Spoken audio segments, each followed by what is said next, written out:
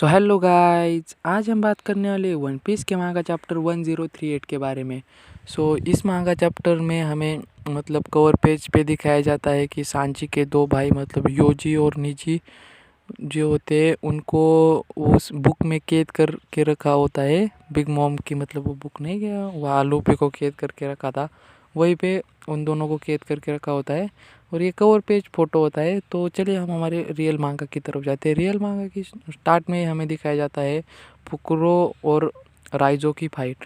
फुकरो राइजो को कहता है तुम अपना जुस्सू रिलीज़ करो, नहीं तो हम दोनों मारे जाएंगे। और राइजो ऑलरेडी बहुत बैड कंडीशन में होता है, वो कैसे वैसे होल्ड कर रहा होता है उसका जुत्सु, पर वो रिलीज़ नहीं करने वाला होता है। उसके दिमाग में दोनों मरेंगे तो साथ में मरेंगे, ऐसा ही होता है। और उनका हमें ज़्यादा कुछ नहीं दिखाया जाता, उतना ही दिखाया जाता है। और हम जाते हैं सेकंड फ्लोर पे।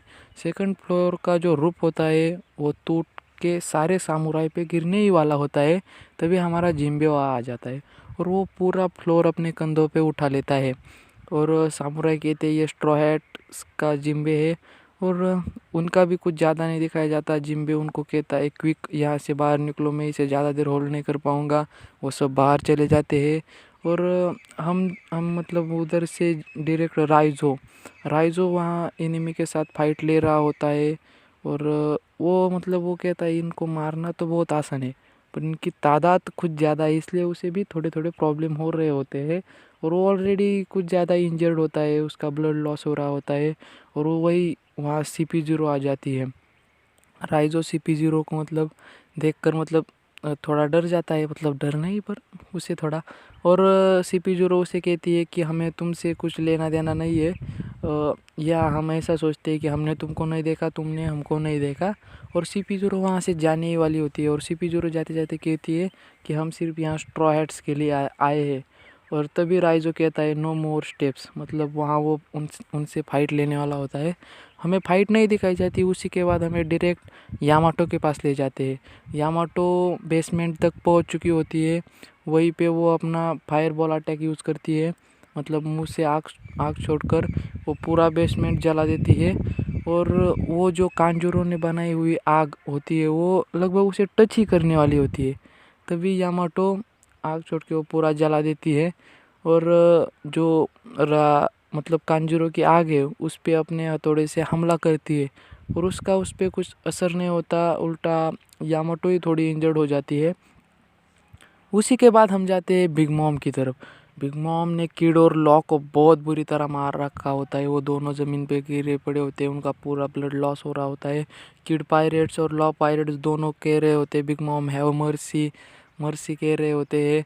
पर बिग मॉम कहती है ये बैटल फील्ड है, यहाँ मर्सी नहीं होती। और तभी वो सोचने लगती है काइडो और लूपी की फाइट अभी तक चल रही है, काइडो अपने खिलौने के साथ कितनी देर खेलेगा। और वो सोचती है मैं ही जाके उसे फिनिश कर देती हूँ हम दोनों मिलके। और वो निकलने ही वाली होती है ऊपर, तभी लॉ अपना एक अलग ही अटैक यूज़ करता है, उस एनिसिया थेसिस नाम होता है उसका। उससे उसकी स्वॉर्ड लंबी हो जाती है और वो सीधी बिग मॉम के जॉ के आर पार मुंह के आर पार हो जाती है। और उसी के साथ लॉ अपना शॉकवेव अटैक मर्ज कर देता है और दोनों के साथ बिग मॉम को बहुत बड़ा डैमेज दे देता है। वो बहुत ज़ोर से चिल्लाती है बिग मॉम और थोड़ी नीचे गिर जाती है। तभी बिग मॉम के जो छोटे छोटे सैनिक होते हैं, उसने अपने डेविल फ्रूट के साथ वो मैग्नेटिक पोल के जो आर्मी बनाई थी वो किड पे टूट पड़ती है और तभी लॉ पे टूट पड़ती है।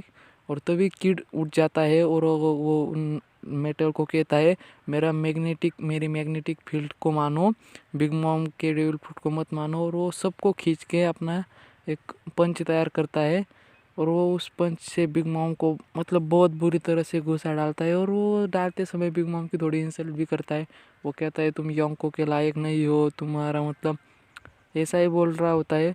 और किड कहता है लॉ कहता है कि तुम कभी रूप टॉप पे नहीं जा पाओगी, क्योंकि हम दोनों इधर है, हम नहीं जाने देंगे। और यहीं पे हमारे इस मांगा का एंड दिखाया जाता है। इसमें इसमें सॉरी एक एक चीज़ और छूट गई, इसमें हमें जोरो भी दिखाया जाता है।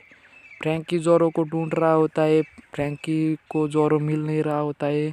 और जोरो हमारा बहुत पेन में इंजर्ड ब्लड लॉस होते हुए वहाँ बाजू में पड़ा होता है और उसे शिनिगामी दिख रहा होता है। मतलब शिनिगामी मतलब हमारे मतलब लैंग्वेज में यम, जो रूह खींचने आ जाते हैं।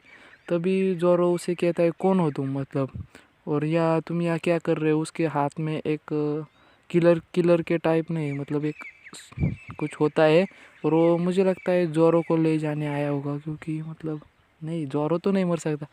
ये तो अभी एक मतलब थ्योरी है कि क्या होगा आगे और ओडा ने क्या प्लान कर रखा है जोरो के बारे में।